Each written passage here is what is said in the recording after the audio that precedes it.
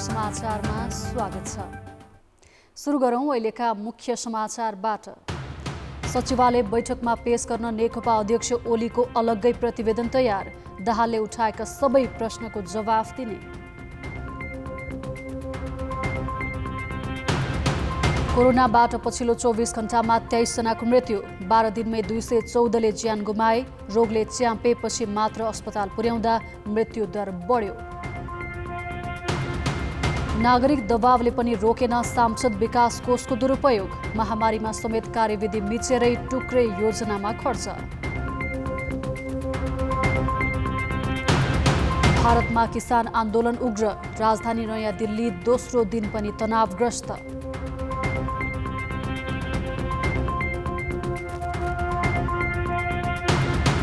र footballer Diego म्याराडोनाको अन्त्येष्टि। अन्तिम विदाईमा उर्लियो जनसागर।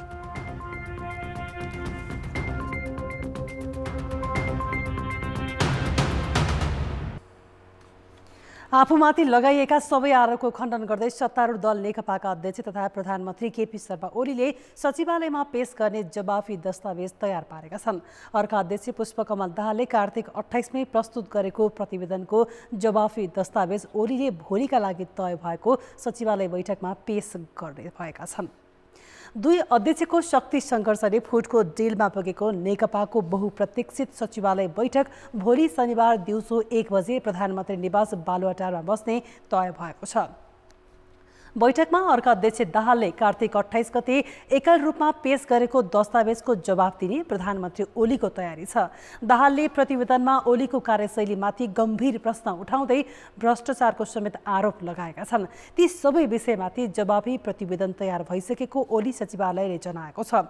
ओली निकट स्रोतका अनुसार प्रतिवेदनमा कतिपय विषयमा दाहालका त्रुटि कमजोरीको खुलासा गरिएको छ। आफ्नो र दाहालको राजनीतिक जीवन र कम्युनिस्ट पार्टीमा गरेको योगदानको तुलना गर्दै ओलीले सबै कुरामा आफू अब्बल भएको उल्लेख गरेको स्रोतले जनाएको छ। कम्युनिस्ट पार्टीको राष्ट्रिय जिम्मेवारी सामाजिक न्यायसहित जनताको आकांक्षा र विकासका मुद्दामा पार्टी र सरकारले गर्नुपर्ने कामको समेत ओलीको प्रतिवेदनमा उल्लेख छ। ओलीले यसअघि मङ्सिर 3 को बैठकमा छलफल नै नगरी प्रतिवेदन आएको र आफूमाथि विभिन्न आरोप लगाइएको भन्दै जवाफका लागि 10 दिन समय मागेका थिए। तर यो बीचमा अध्यक्षद्वयको एकल प्रतिवेदन र सहमतिको प्रयास दोस्रो तहका नेताहरूले गरे पनि विवाद झन झाँगिँदै गएको छ। दुई अध्यक्षको संवाद समेत हुन सकेको छैन। बरु कार्तिक र मङ्सिरको सचिवालय बैठकमा पेश गरेको दुवै अध्यक्षको सामग्रीलाई समेटेर अध्यक्ष दाहालले तल्लो तहसम्म पठाएका छन्। यसले नेकपाको विवादलाई झनै जटिल मोडमा पुर्याएको छ। दाहाललाई वरिष्ठ नेताद्वय माधव कुमार नेपाल र झलनाथ खनाल सहित बहुमत सदस्यको साथ रहेको छ। तर ओली अल्पमतमा छन्। त्यसैले पनि नेकपा अब फुट्छ कि जुट्छ भन्ने सङ्केत भोलि हुने सचिवालयले देखाउनेछ। सांसद विकास कोष भनेर चिनिने स्थानीय विकास साझेदारी कार्यक्रममा यस वर्ष पनि सांसदहरूले कार्यविधि नै मिचेर योजना छनौट गरेका छन्। सांसदहरूले विगतमा जस्तै पार्क क्रियापुत्री भवन मन्दिर तारबार विद्यालय सुधार लगायतका टुक्रे आयोजनामा रकम छुट्याएका हुन्। जबकि कार्यविधिले यस वर्ष महामारी नियन्त्रण र स्वास्थ्यका पूर्वाधार योजना बनाउन भनेको छ। काठमाडौँ क्षेत्र नम्बर 10 का सांसद राजेन्द्र केसीले स्थानीय पूर्वाधार साझेदारी कार्यक्रम अन्तर्गत पाउने 4 करोडका योजना छनौट गरिसकेका छन्। त्यसमा कीर्तिपुरको बाघभैरव मन्दिरको छाना पित्तलले छाउन 90 लाख, निर्वाचन क्षेत्रका सडक ढलान र स्तर उन्नतिका लागि 1 करोड, क्रियापुत्री भवनका लागि 15 लाख, दाह संस्कार स्थल निर्माण लगायत विभिन्न टुक्रे आयोजनामा बजेट छुट्याएका छन्। उनले स्वास्थ्य पूर्वाधार र महामारी रोकथाम केन्द्रित योजनालाई बजेट छुट्याएका छैनन्। यता काठमाडौँ 2 का माधव नेपाल र क्षेत्र नम्बर 5 का ईश्वर पोखरेलले छानेका योजना पनि उस्तै छन्। नेपाल र पोखरेल दुवैले सामुदायिक विद्यालय स्तरोन्नति, सडक ढलान र स्तरोन्नति, पार्क निर्माण, सार्वजनिक जग्गाको संरक्षण लगायतका टुक्रे योजना प्रस्ताव गरेका छन्। यी त केही उदाहरण मात्र हुन्। अन्य 7वटै निर्वाचन क्षेत्रबाट प्रस्तावित कार्यक्रम न त विगत भन्दा फरक छन् न कार्यविधि अनुसार नै। बाघभैरव मन्दिरको चाहिँ पित्तल छाना छाउने भनेर त्यसलाई 90 लाख रुपियाँ विनियोजन गर्नुभएको छ। यो चाहिँ सांस्कृतिक पूर्वाधार विकासको लागि। त्यस्तै भुसाल टोल सडक सुधार भनेर चाहिँ त्यसमा 10 लाख रुपियाँ विनियोजन गर्नुभएको छ।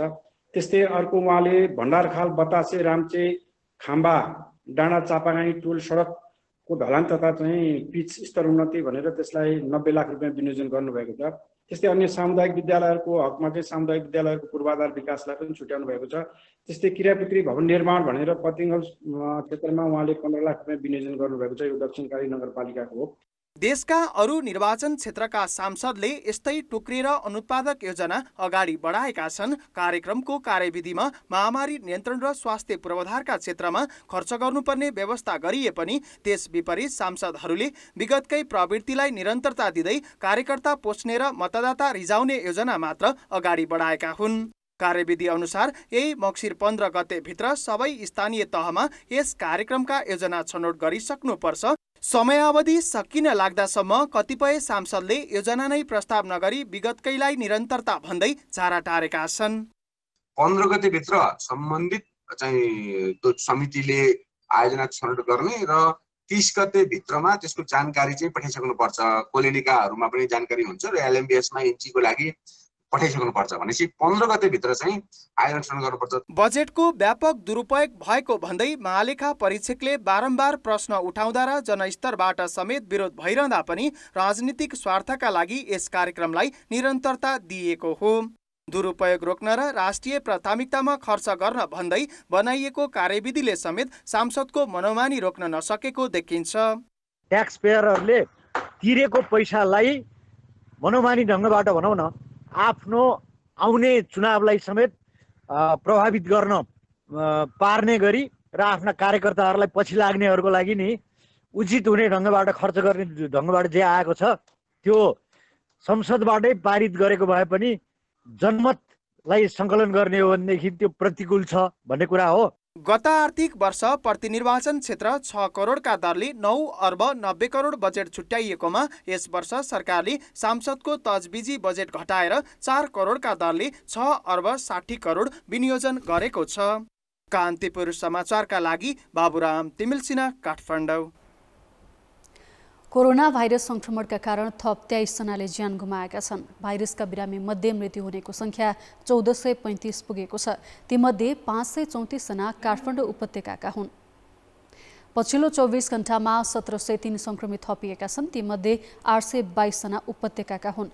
अहिलेसम्म संक्रमित 2,29,300 मध्ये 2,09,400 जना निको भएका छन्। 1236 जना पछिल्लो 24 घण्टामा संक्रमण मुक्त भएका हुन्। 354 बिरामीको आइसियु र 54 जनाको भेन्टिलेटरमा उपचार भइरहेको छ। सक्रिय संक्रमित 17,200 जना रहेका छन्। कोरोना भाइरसका बिरामीको मृत्युदर बढेको छ। मङ्सिर लागे यता 12 दिनमा 214 जनाको मृत्यु भएको छ। एकातिर चिसो बढ्नु र अर्कातिर बिरामीहरू रोगले च्यापेपछि मात्रै अस्पताल जाने प्रवृत्तिले मृत्युदर बढेको हो। कार्तिक 30 सम्म कोरोना भाइरस संक्रमित मध्ये 1221 जनाको मृत्यु भएको थियो। त्यस यता 12 दिनमा मृतक संख्या 1435 पुगेको छ। औसतमा दैनिक 18 मृतक थपिरहेका छन्। शुक्रबार औसतभन्दा बढी अर्थात् 23 बिरामीले ज्यान गुमाए। संक्रमणका कारण असोजमा 336 र कार्तिकमा 506 जनाको मृत्यु भएको थियो। यो आँकडाले नै चिसो बढेपछि मृत्युदर बढिरहेको स्पष्ट पार्छ। मृत्यु हुने जुनसुकै उमेर समूहका छन्। 20 वर्ष मुनिका 25, 21 देखि 40 वर्षका 157, 41 देखि 60 सम्मका 398 र 61 वर्षमाथिका 855 संक्रमितको मृत्यु भएको स्वास्थ्य मन्त्रालयको तथ्याङ्क छ। 60 वर्षभन्दा माथि 855 जनाको छ।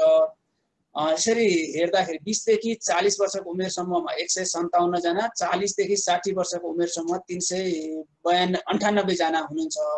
यसरी सरदर हेर्दाखेरि 60 वर्षभन्दा माथिको उमेर समूहको मृत्युको संख्या बढी देखिन्छ तुलनात्मक रूपमा। कोरोना भाइरसका बिरामीलाई चिसो मौसम प्रतिकूल मानिन्छ। अहिले एकातिर चिसो बढेको छ भने अर्कातिर सक्रिय संक्रमित मध्ये 60% भन्दा बढी घरमै छन्। सरकारले नै स्वास्थ्य जटिल नभएसम्म अस्पताल नजान भनेकाले अधिकांश संक्रमित घरमै बसेका हुन्। घरमा बसेका संक्रमित रोगले च्यापे मात्र अस्पताल जाने गरेका छन्। त्यतिखेर ढिलो भइसकेको हुन्छ। अर्कोतिर घरमा बसिरहेका संक्रमितको स्वास्थ्य अवस्थाबारे सरकारका कुनै निकायबाट पनि निगरानी छैन। उनीहरूमध्ये अधिकांशले उचित स्वास्थ्य परामर्श पाउन सकेका छैनन्। यही कारण मृत्युदर बढेको चिकित्सकहरूको भनाइ छ। संक्रमितको जुन लक्षणहरू छ सामान्य हुँदाखेरि चाहिँ सबैजना होम आइसोलेसनमा बसिरहेको अवस्थामा युवाहरूमा पनि अब मृत्यु भइरहेको तथ्याङ्कहरू देखिरहेको छ र त्यसमा चाहिँ विशेष गरेर उहाँहरूमा कुनै त्यस्तो स्वास्थ्यमा समस्या आयो भने उहाँहरूले चाहिँ समयमै अथवा त्यो बारेमा अलिकति सचेत भएको देखिँदैन। त्यो बेलामा चाहिँ हामीले यदि केही गरी चाहिँ तुरुन्तै स्वास्थ्यकर्मीसँग सरसल्लाह लिन सक्यो भने चाहिँ जुन एउटा स्वास्थ्यमा अरू थप गम्भीर अवस्था आउने जुन सम्भावना छ त्यो धेरै कम भएर जान्छ। चिकित्सकका अनुसार उचित परामर्श र समयमै निगरानी गर्न सके धेरैलाई बचाउन सकिन्छ। तर संक्रमितको मृत्युदर बढे पनि यसप्रति तिनै तहका सरकार गम्भीर देखिएका छैनन्। कान्तिपुर समाचारका लागि कृपाल गौतम, काठमाडौँ। समाचारमा पुनः स्वागत छ। कूटनीतिक संवादहीनताको लामो श्रृङ्खला तोड्दै 2 दिने नेपाल भ्रमणमा आएका भारतीय विदेश सचिव हर्षवर्धन श्रृङ्गला शुक्रबार स्वदेश फर्किएका छन्। उनको भेटवार्ता र छलफलमा उठेका विषयले कति निरन्तरता पाउँछ त्यो त भारतीय पक्षका आगामी भूमिकाबाट मात्रै प्रष्ट हुनेछ। तर श्रृङ्गलाको भ्रमणले सीमा प्रकरणले तिक्ततापूर्ण बनेको द्विपक्षीय सम्बन्धमा राजनीतिक संवादको ढोका भने खोलेको छ। 2 दिने नेपाल बसाइका क्रममा उच्च राजनीतिक भेटवार्ता, परराष्ट्र सचिव स्तरीय बैठक हुँदै गोरखासम्म पुगेका भारतीय विदेश सचिव हर्षवर्धन श्रृङ्गलाले 2 देशबीच सहकार्यमा जोड दिएका छन्। निकै उत्साही मुद्रामा बिहिबार बिहान काठमाडौँ उत्रिएका श्रृङ्गलाले पहिलो दिनमै द्विपक्षीय छलफलका साथै उच्च राजनीतिक भेटवार्ता गर्न भ्याए। ऐतिहासिक दस्तावेज र प्रमाणका आधारमा वार्ताबाट सीमा विवादको समाधान गर्न चाहेको सन्देश श्रृङ्गला मार्फत परराष्ट्र मन्त्री प्रदीप गेवालीले भारत सरकारलाई सुनाएका छन्। राष्ट्रपति, प्रधानमन्त्री, विपक्षी दलका नेता लगायतसँगको शिष्टाचार भेटदेखि द्विपक्षीय संवाद गर्न भ्याएका श्रृङ्गलाले पनि 2 देशबीच संवादमै जोड दिएका छन्। यसले सकारात्मक संवादको सुरुवात गरेको विज्ञहरूको बुझाइ छ। विगतको हाम्रो सम्बन्ध, विगतको पृष्ठभूमि र वर्तमान अवस्था र फ्युचर ओरिएन्टेड भएर हामी कसरी कुराकानी गर्ने अथवा कसरी अगाडि बढ्ने, के गर्न सकिन्छ भन्ने कुराका विभिन्न पहलुहरू उहाँले ल्याउनु भयो। त्यो हिसाबले सुनियो है। अब मलाई सरकारी पक्षमा के कुराकानी भयो अथवा चाहिँ अब उच्च स्तरीय अब राजनीतिक नेतृत्वहरूसँग कस्तो कुरा भयो त म जानकारी छैन। तर मैले आफूले चाहिँ के महसुस गर्छु भने अब नेपाल र भारतको जुन निकट सम्बन्ध छ त्यो अनुसार चाहिँ हाम्रो त्यसै पनि छलफल हुनुपर्छ, कुराकानी हुनुपर्छ। हाम्रो सम्बन्धले चाहिँ एउटा एक किसिमले अब अगाडि बढ्नुपर्छ, त्यसमा सुदृढ हुनुपर्छ र यदि यदा कदा कुनै किसिमको इस्यु छ भने त्यो इस्यु पनि हामीले वार्ताको माध्यमले सर्ट आउट गर्नुपर्छ। यही हो। करिब 20 महिनापछि भएको नेपाल भारत परराष्ट्र सचिव स्तरीय बैठकमा 2 देशबीच विवादित सीमाङ्कन टुङ्गो लगाउन र समस्या समाधानका लागि संवादलाई निरन्तरता दिने समझदारी जुटेको छ। यसका अलावा सम्बन्ध पुनरावलोकन, व्यापार, पारवहन, कनेक्टिभिटी, पूर्वाधार विकास, सांस्कृतिक र कृषि लगायतका विषयमा छलफल भएको छ। नेपालले सीमा विवाद र प्रबुद्ध समूहको प्रतिवेदनको विषयमा कुरा उठाएको छ।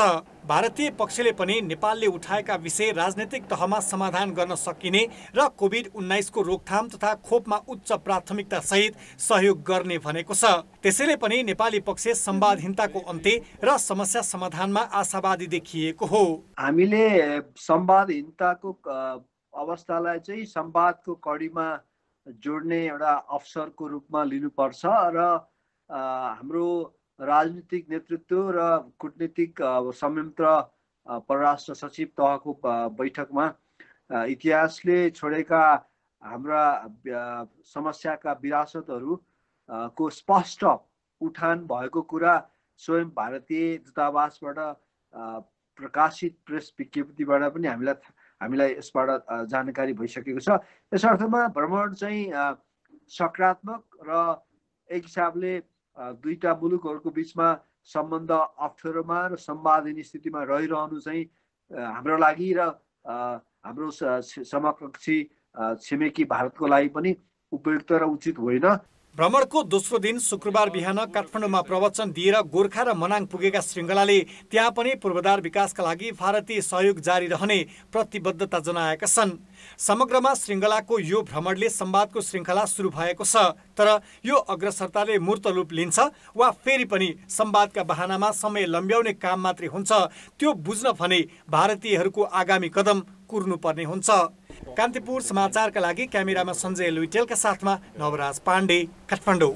found that we have such extensive areas of cooperation. भारतीय विदेश सचिव हर्षवर्धन श्रृङ्गलाले नेपाल र भारत एकअर्काका घनिष्ठ छिमेकी भएकाले मिलेर काम गर्नुपर्ने आवश्यकता औल्याएका छन्। विदेश सचिव श्रृङ्गलाले आज बिहान काठमाडौँमा आयोजित एक कार्यक्रममा दुवै मुलुकलाई राष्ट्रिय सपना पूरा गर्न एकअर्काको आवश्यकता पर्ने बताए। उनले नेपालको जलविद्युत दक्षिण एसियामै स्वच्छ ऊर्जाका लागि गेम चेन्जर हुन सक्ने पनि बताएका छन्।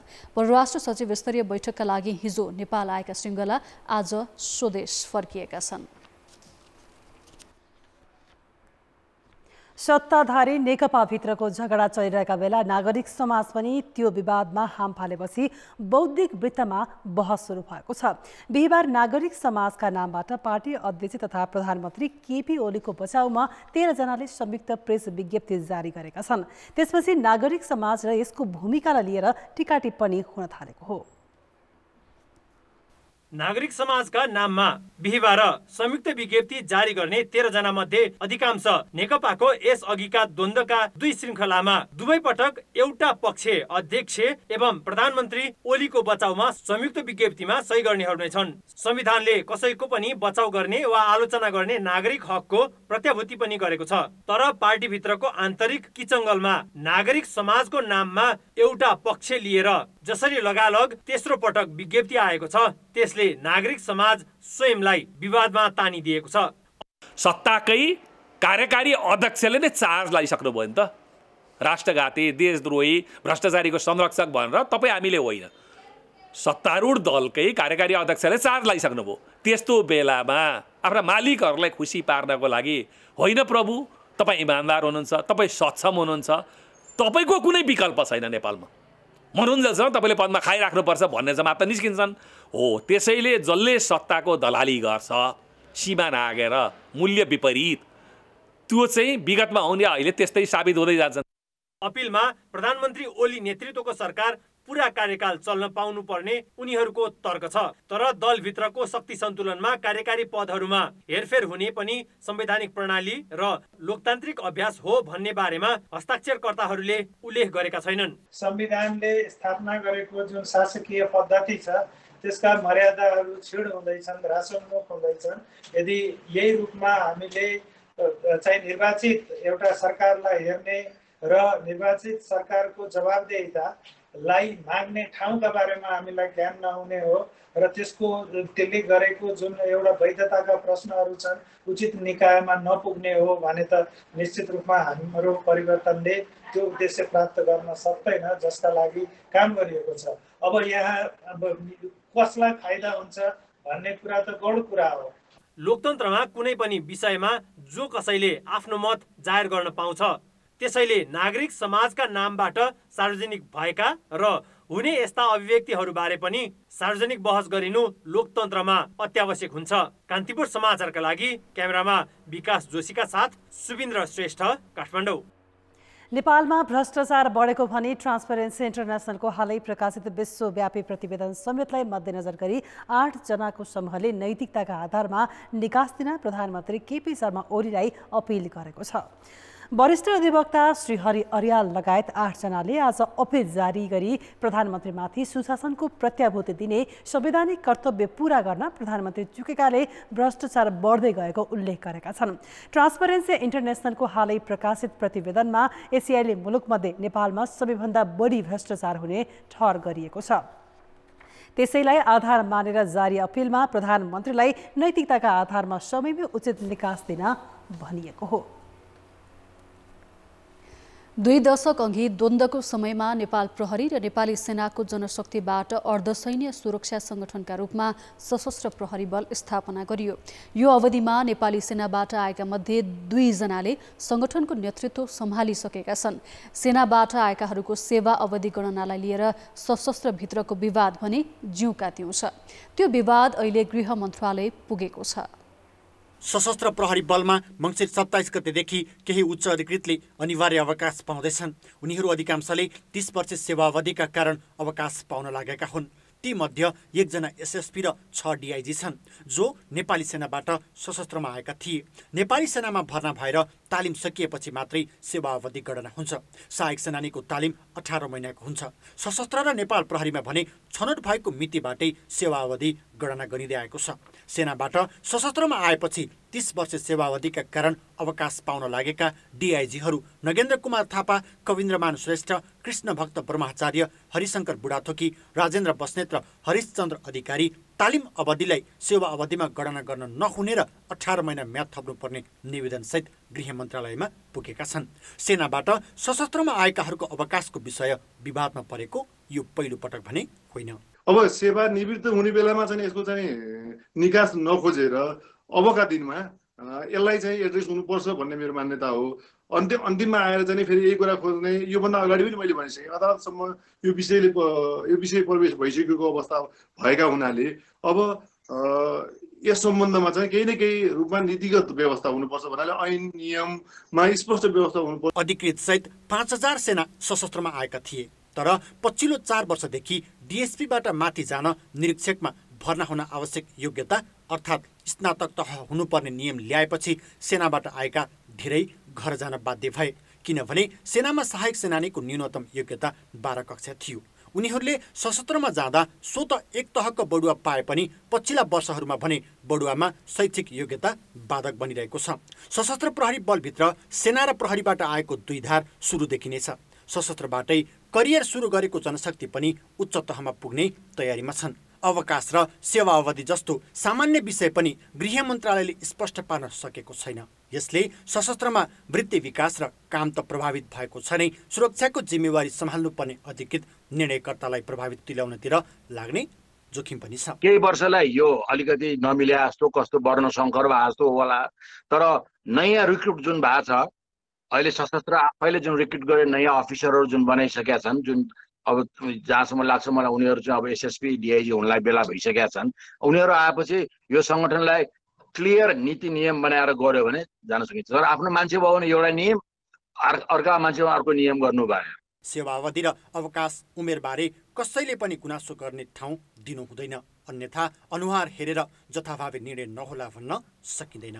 कान्तिपुर समाचारका लागि रमेश धमला, काठमाडौँ।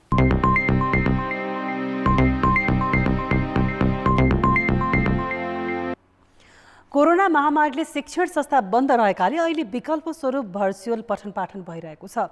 यसले मोबाइलको आयात बढेको छ। यो आर्थिक वर्षको 4 महिनामा गत आर्थिक वर्षको सोही अवधिको तुलनामा करिब 2 लाख थान मोबाइल बढी भित्रिएको छ। कोरोना महामारीले गर्दा चैत पहिलो सातादेखि बन्द शिक्षण संस्था अझै खुलेका छैनन्। विद्यार्थीको उपस्थितिमा विद्यालयमा पठन पाठन कहिलेबाट हुन्छ भन्ने यकिन छैन। खास गरी शहरी क्षेत्रका शिक्षण संस्थाले अनलाइन मार्फत कक्षा चलाइरहेका छन्। यसका लागि विद्यार्थीलाई मोबाइल वा ल्यापटप चाहिन्छ। साउन यता मोबाइल र ल्यापटप दुवैको खपत वात्तै बढेको छ। भन्सार विभागका अनुसार गत आर्थिक वर्ष कार्तिक मसानसम्म 20 लाख थान मोबाइल आयात भएको थियो। यो वर्ष सोही अवधिमा 21,90,000 मोबाइल ल्याइएको छ। मोबाइल आयातबाट सरकारले 4 महिनामा 1 अर्ब 36 करोड राजस्व सङ्कलन गरेको छ। अहिलेको लकडाउनको कारणले गर्दा बढ्दै गएको यो अनलाइन शिक्षा प्रणाली छ। अनलाइन शिक्षा प्रणालीलाई सपोर्ट गर्ने हिसाबका मोबाइल टेलिफोनहरू अहिले अलिकति इम्पोर्ट बढेको अवस्था छ, जसले पक्कै पनि अर्थतन्त्रलाई र शिक्षा प्रणालीलाई सपोर्ट गर्ने नै विषय भयो। मोबाइलको आयात बढ्दा भन्सार असुली बढे पनि ठूलो रकम बाहिरिएको छ। गत आर्थिक वर्ष पहिलो 4 महिनामा मोबाइल आयातमा 8 अर्ब 62 करोड बाहिरिएकामा यस वर्ष सोही अवधिमा 14 अर्ब 15 करोड विदेशिएको छ। बजारमा माग बढेकाले व्यापारीले पहिला जस्तो छुट दिन छाडेका छन्। महामारीले अन्य व्यापार व्यवसाय प्रभावित हुँदा मोबाइल व्यापारी भने मालामाल भइरहेका छन्। डेफिनेटली ग्रे मोबाइलको आयात घटेको कारणले नै हाम्रो अथराइज मोबाइलको सेल्स बढेको हो लकडाउनको कारणले। किनभने लकडाउन पछि नै दुईटा कारणले मेन सेल्स मोबाइलको एक्कासी बढ्न गयो। त्यो चाहिँ एउटा अनलाइन स्टुडेन्ट र कलेजको बच्चाहरूको अनलाइन पढाइ सुरु भयो। पहिला नर्मली प्यारेन्ट्सहरूले मोबाइल क्यारी गर्थ्यो, बच्चाहरूले खासै मोबाइल आफ्नो पर्सनल मोबाइल राख्दैन थियो। तर जब अब अनलाइन पढाइ सुरु भइसकेपछि अभिभावकहरूसँग विकल्प भएन, उनीहरूले मोबाइल या ल्यापटप किन्नै पर्यो। ल्यापटप सबैको पहुँचमा नभएको कारणले अभिभावकहरूले प्यारेन्ट्सहरूले चाहिँ मोबाइलमा बढी प्रिफरेन्स दिनुभयो। त्यही भएर एकाएक मोबाइलको सेल्स बढ्यो। बजारमा अहिले 15,000 देखि 30,000 सम्मका मोबाइल बढी बिक्री भइरहेका छन्। मोबाइल मात्र होइन, ल्यापटपको व्यापार पनि उस्तै छ। अनलाइन कक्षाकै कारण माग बढेको छ। 4 महिनामा 2 अर्ब 8 करोडको ल्यापटप ल्याइएको छ। व्यापारीले माग अनुसार आयात गर्न सकेका छैनन्। कान्तिपुर समाचारका लागि क्यामेरामा राजेन्द्र महर्जनका साथ सुदिल पोखरेल, काठमाडौँ। निर्माणाधीन सडक विकास आयोजनाको काम समयमै नसकिँदा प्रदेश 1 को राजधानी विराटनगर, दुहबे, खनार, इटहरी, तरहरा क्षेत्र धुलाम्बे बनेको छ। सर्वसाधारण दिनहुँ शास्ति खेप्नु परिरहँदा विज्ञले भने धुलोले मानव स्वास्थ्यमा गम्भीर समस्या निम्ताएको र त्यो बढ्दो क्रममा रहेको बताएका छन्। व्यापारिक मार्ग विस्तार आयोजनाले 2068 सालदेखि विराटनगर रानीदेखि धरानसम्मको 49 किलोमिटर राजमार्ग 6 लेनको बनाउन सुरु गरेको थियो। आर्थिक वर्ष 2075-76 मा काम सम्पन्न गरिसक्नु पर्ने भए पनि अझै 5 किलोमिटर राजमार्गको त ठेक्का पनि लगाउन सकेको छैन। 15 वटा टुक्रामा काम गरिरहेको आयोजनाले अहिलेसम्म 1 टुक्रा पनि 100% सम्पन्न गरेको छैन। काम सम्पन्न नहुँदा विराटनगरको महेन्द्र चोकदेखि बरगाछीसम्म र मोरङको टङ्की सिनवारीदेखि सुनसरीको तररासम्म धुलाम्मे छ। क्षेत्रीय शहरी विकास परियोजनाले पनि काम सम्पन्न नगर्दा हिमालय रोड, सहकारी अस्पताल रोड, रङ्गेली रोडको देवकोटा चोकदेखि हाटखोला चोक लगायतका क्षेत्र धुलाम्मे छ। घिनाघाट विराट चोक सडक खण्ड, हुलाकी राजमार्ग विस्तार कार्य र अन्य सडक आयोजनाका काम समेत भइरहेकाले मोरङ र सुनसरी धुलाम्मे छ। जताततै भत्काएका सडक संरचनाले धुलोको शास्ति मात्रै बढाएको छैन, जोखिम झन निम्त्याएको छ। धुलोले मुटु, फोक्सो, स्नायु प्रणाली र दिमागलाई समेत असर गर्ने विज्ञको भनाइ छ। हावामा हुने धुलोको कणहरूले गर्दाखेरि चाहिँ मानिसमा देखा पर्ने रुगाखोकी जस्तै साधारणतया 2-4 दिनदेखि लिएर लामो समयसम्म भएर हैन, त्यसले त्यो एलर्जीहरू गरेर चाहिँ आजमासम्म पनि हुन्छ नि, एक्युट रियाक्टिभ रियाक्सनहरू भन्छौँ, एक्युट एयरवे डिजिजहरू भन्छौँ, त्यो कुराहरू पनि आइरहेको छ। औद्योगिकरण र सहरीकरणले वायुमा धुलो र sulphur dioxide, nitrogen dioxide, monoxide, सिसा, गरौँ धातु लगायतका हानिकारक रसायन मापदण्डभन्दा बढी हुँदा मानव स्वास्थ्यमा झन ठुलो असर गर्छ। उद्योगबाट निस्केको रसायन र धुलोमा भएको रसायन मिलेर नयाँ हानिकारक रसायन उत्पादन हुने र त्यसले झन बढी क्षति गर्ने विज्ञको भनाइ छ। हामी चाहिँ के गर्छौँ, झ्यापझुपै सबै ठाउँमा खन्ने काम गरिदिन्छौँ अनि त्यसलाई निर्माण गर्दैनौँ, अनि त्यस पछाडि त्यो पोल्युसन बढेको बढे हुन्छ। अनि धुलो भन्नेको त धेरै हार्मफुल केमिकल्सहरू त्यसमा रकै हुन्छ। धुलो धुवालाई सामान्य ठानेर नियन्त्रण गर्न वास्ता नगर्ने प्रवृत्ति छ, तर धुलोले फोक्सोमा क्यान्सर, मुटु र श्वास प्रश्वासमा समस्या मात्रै निम्त्याउँदैन, आनुवांशिक विकलाङ्ग समेत बनाउने विज्ञको तर्क छ। त्यसैले वायु प्रदूषण र मानव स्वास्थ्यमा पर्ने असर कम गर्न विकास निर्माणको काम गर्दा धुलो न्यूनीकरण गर्ने उपाय अवलम्बन गर्ने कि। कान्तिपुर समाचारका लागि क्यामेरामा समूह पोखरेलका साथ अर्जुन सुवेदी र महाप्रसाद खतिवडा, विराटनगर, मोरङ। अब जनमतको अन्तिम परिणाम। जनमतमा हिजो हाम्रो प्रश्न थियो, योगदानमा आधारित सामाजिक सुरक्षा कोषलाई प्रभावकारी बनाउन के गर्नु पर्ला? ए, श्रमिक मैत्री व्यवस्था थप्ने, बी, रोजगारदाता उत्तरदायी बन्ने र सी, सरकारले नै बाध्य पार्ने। जनमतको अन्तिम परिणाम यस्तो छ, ए, श्रमिक मैत्री व्यवस्था थप्नेमा 51%, बी, रोजगारदाता उत्तरदायी बन्नेमा 21% र सी, सरकारले नै बाध्य पार्नेमा मात्र 28% मत प्राप्त भएको छ। अब आजको प्रश्न। जनमत। आज हाम्रो प्रश्न छ, सांसद विकास कोषको रकम कार्यविधिले मिचेर किन टुक्रे योजनामा खर्च गरिएको होला? ए, सांसदहरूको तजबिजी, बी, कार्यकर्ता रिझाउने मेलो र सी, जवाफदेहिताको अभाव। जनमतको अन्तिम परिणाम भोलि साँझ 8 बजेको कान्तिपुर समाचारमा प्रसारण गर्नेछौँ। कृपया न्युज स्पेस ए, बी वा सी टाइप गरी 34001 मा SMS गरी आफ्नो मत व्यक्त गर्नुहोला। काठमाडौँ विश्वविद्यालयले यसै शैक्षिक सत्रबाट कृषि विषयमा पठन पाठन गर्ने भएको छ। विश्वविद्यालयले अनुसन्धानमा आधारित भएर कृषिको पठन पाठन गराउने तयारी गरेको हो।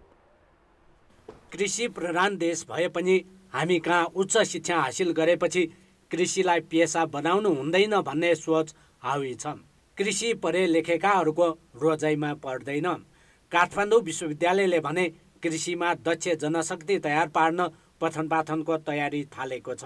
उसले अनुसन्धानमा आधारित आधुनिक कृषि शिक्षाको पठन पाठन गराउन लागेको हो। कृषिमा यान्त्रिकरणलाई जोड दिएर पढाउने विश्वविद्यालयको तयारी छ। यसका लागि उसले नेपालका साथै इजरायल, नर्वे, अमेरिका लगायत देशका विज्ञ सम्मिलित समिति गठन गरी पाठ्यक्रम समेत बनाइसकेको छ। सैद्धान्तिक ज्ञानसँगै किसानसँग घुलमेल हुने गरी यसै वर्षबाट स्नातक तहमा कृषिको पठन पाठन थाल्ने विश्वविद्यालयले जनाएको छ। आधुनिक यान्त्रिक सिपमूलक जसले जति सिक्छ त्यतिमै चाहिँ आत्मनिर्भर हुन सक्ने खालको शिक्षा काठमाडौँ विश्वविद्यालयले दिन्छ। त्यो आर्ट किन गरेको भने चाहिँ आज म चाहिँ टिम लिडरको हिसाबले VC को हिसाबले बोलेको छु काठमाडौँ विश्वविद्यालयको। मसँग छ नि टप क्लासको चाहिँ टिम छ। विश्वविद्यालयले अनुसन्धानमूलक कृषि शिक्षाका लागि काभ्रेको 5 खालमा 500 रोप्ने जग्गा लिइसकेको छ। अत्याधुनिक कृषि उपकरण ल्याउने प्रक्रिया अगाडि बढाइसकेको छ। विद्यार्थीले कक्षामा पढ्ने मात्र होइन, हरेक सेमेस्टरमा खेतमै गई किसानसँग खेती प्रणाली सिक्नु पर्नेछ।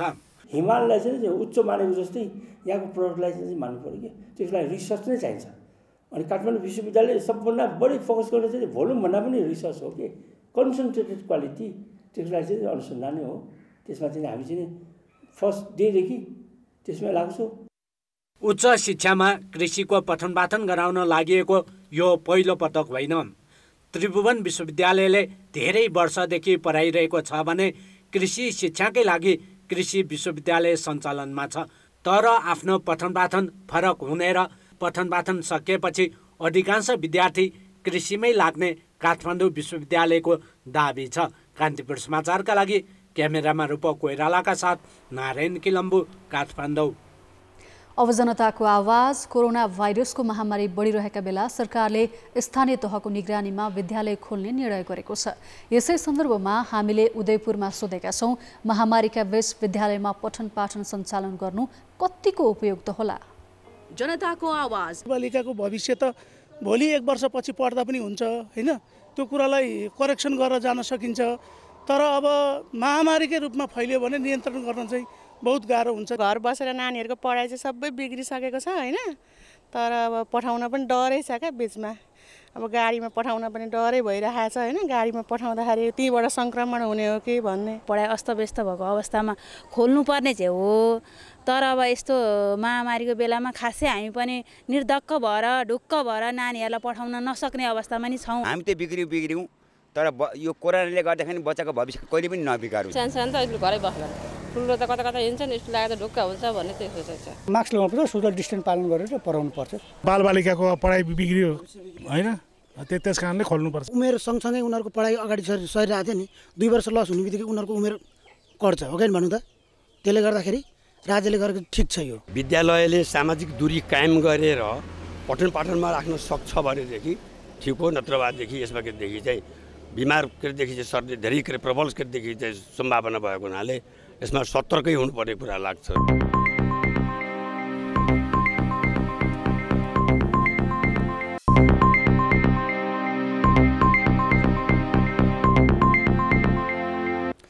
नमस्कार, कान्तिपुर खेलकुद समाचारमा स्वागत छ। अखिल नेपाल फुटबल सङ्घले उदयमान खेलाडीद्वय अभिषेक रिजाल र मञ्जली योन्जनलाई पूर्व घोषित पुरस्कार प्रदान गरेको छ। गत वर्षको एन्फा दिवसको अवसरमा घोषणा गरिएको पुरस्कार शुक्रबार आयोजित एक कार्यक्रममा दिएको हो। अभिषेकले मोटरसाइकल र मञ्जलीले स्कुटर पाएका छन्। यस्तै एन्फाले गत वर्ष उत्कृष्ट प्रशिक्षकको अवार्ड हरिखड्का र लाइफटाइम अचिभमेन्ट अवार्ड भगीरथ आलेलाई दिने निर्णय गरेको थियो। उनीहरूले पनि मोटरसाइकल प्राप्त गरे। यसैगरी उत्कृष्ट रेफ्रीबाट लव खत्री र अस्मिता मानन्दर पुरस्कृत भए। यसैबीच फुटबल विकासका लागि एन्फा र नेपाल नगरपालिका सङ्घबीच सम्झौता भएको छ। एन्फा अध्यक्ष कर्मा छिरिङ शेर्पा र सङ्घका अध्यक्ष अशोक कुमार बेन्जु श्रेष्ठले सम्झौता पत्रमा हस्ताक्षर गरेका छन्। सम्झौतासँगै फुटबल विकास तथा खेलकुद प्रतियोगिता सहित विविध कार्यक्रममा सहकार्य हुनेछ। नेपाली एथलेटिक्सको इतिहास सुनौलो भए पनि नेतृत्व विवादमै अल्झिँदा न खेलले फड्को मार्न सकेको छ, न त नयाँ पुस्ता आकर्षित हुन सकिरहेका छन्। तर पनि आफ्नै बलबुताले गत वर्ष एसियन युथ एथलेटिक्स च्याम्पियनसिपमा नेपालका लागि पहिलो स्वर्ण जित्दै सप्तरीका युवा खेलाडी अजित यादव स्टारका रूपमा उदाएका छन्। हुनै अजित स्वास्थ्य समस्याका कारण झन्डै 1 वर्ष मुख्य प्रतियोगिताबाट बाहिरिनु पर्यो। अहिले निको भएर अभ्यासमा फर्केका 19 वर्षीय अजित भन्छन्, घरमै भएको दक्षिण एसियाली खेलकुद खेल्न नपाउँदा निकै रोहे। कोरोना महामारीले सबै खेलकुद ठप्प हुँदा एथलेटिक्सका युवा खेलाडी अजित यादव हेपाटाइटिस बी विरुद्धको लडाईँ जितेपछि अभ्यासमा फर्केका छन्। लगनखेल स्थित मैदानमा भेटिएका अजितले आफूले स्वर्ण जितेपछिको स्टारडमदेखि हेपाटाइटिस बी विरुद्धको लडाईँ अनि दक्षिण एसियाली खेलकुदमा दर्शकमा सीमित हुनु परेको घटनालाई सरसर्ती सुनाए। सन् 2019 मार्चमा हङकङमा भएको एसियन युथ एथलेटिक्स च्याम्पियनसिपमा उनले 3000 मिटर दौड 8 मिनेट 30.32 सेकेन्डमा पूरा गरेर स्वर्ण पदक जितेका थिए। 44 वर्षदेखिको खडेरी तोडेर एथलेटिक्समा एसियाली स्तरमा स्वर्ण जित्ने उनी पहिलो खेलाडी हुन्। जब उनी घरेलु मैदानमा हुने सागको तयारीमा जुटे त्यही बेला हेपाटाइटिस बीले समातियो अनि उनका सारा सपना चकनाचुर भए। साउथ एसियन गेम हेर्दा अब आफू चाहिँ प्याराफिटमा बसेर हेर्दाको दुःख अर्कै हुन्छ हैन। अब म सायद त्यहाँ भइदिएको भए जस्तो लाग्छ। अब दुःख त लागिहाल्छ, अब स्वास्थ्य भन्दा ठुलो केही पनि हैन। अब म भन्दा नि अब सिनियर खेलाडीहरूले राम्रो गर्नुभयो। अब 5000 मिटरमै गोल्ड मेडल ल्याउनु भयो मेरो इभेन्टमै गोपीचन्द्र पार्की गुरुले।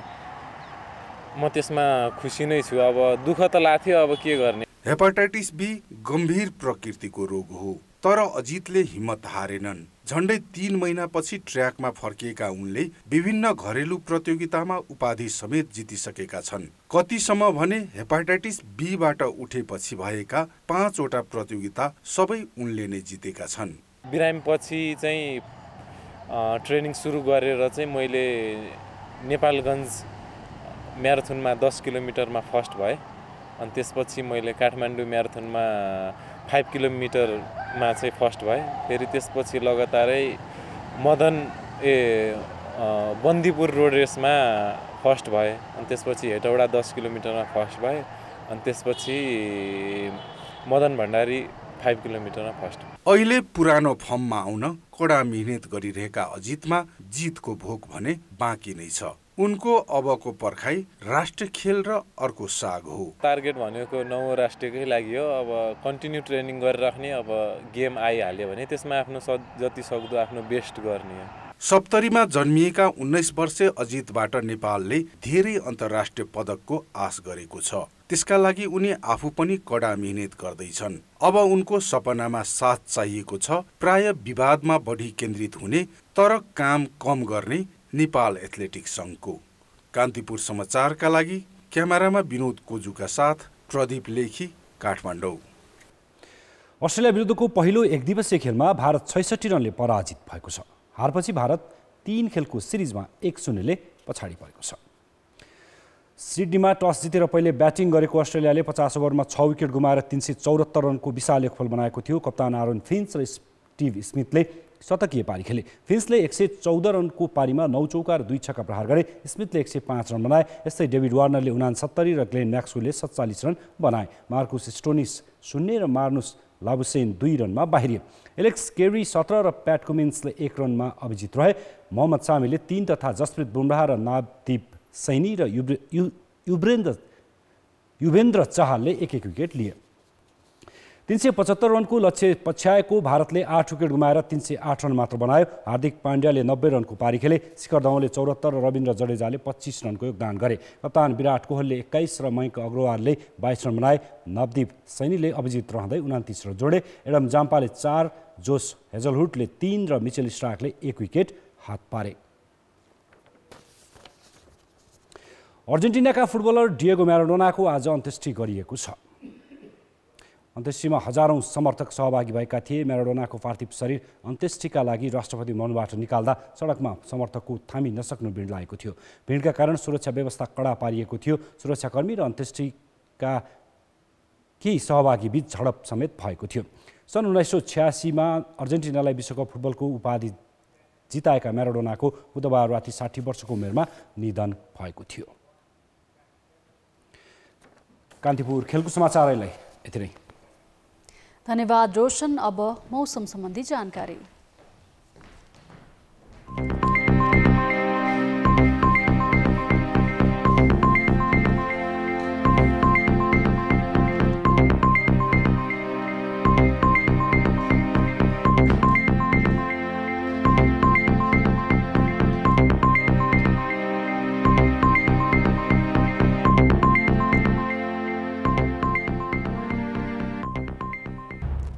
कान्तिपुर समाचार अहिलेलाई सकियो। कान्तिपुर टेलिभिजन हेर्दै गर्नुहोला।